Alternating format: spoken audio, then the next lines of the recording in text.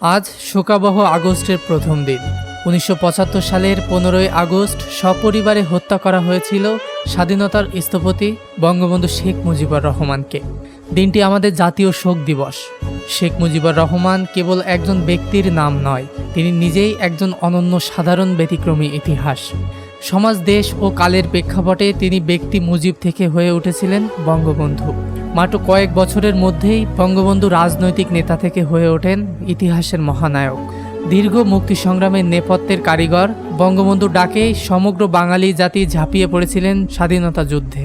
তার হাত ধরেই ১৯৭১ সালে বিশ্বের মানচিত্রে প্রথমবারের মতো অঙ্কিত হয় স্বাধীন বাংলাদেশ। বাঙালির হাজার বছরের ইতিহাসে তার নাম লেখা হয়ে যায় স্বাধীন বাংলাদেশের স্থপতি রূপে।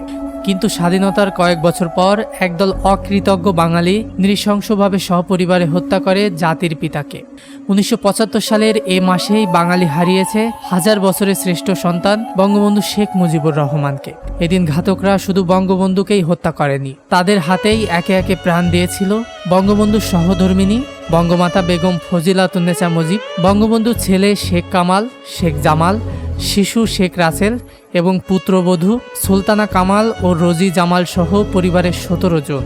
১৫ আগস্টের কাল রাতের পর গোটা বিশ্বে নেমে আসে তীব্র শোকের ছায়া, ছড়িয়ে পড়ে ঘৃণার বিষবাষ্প।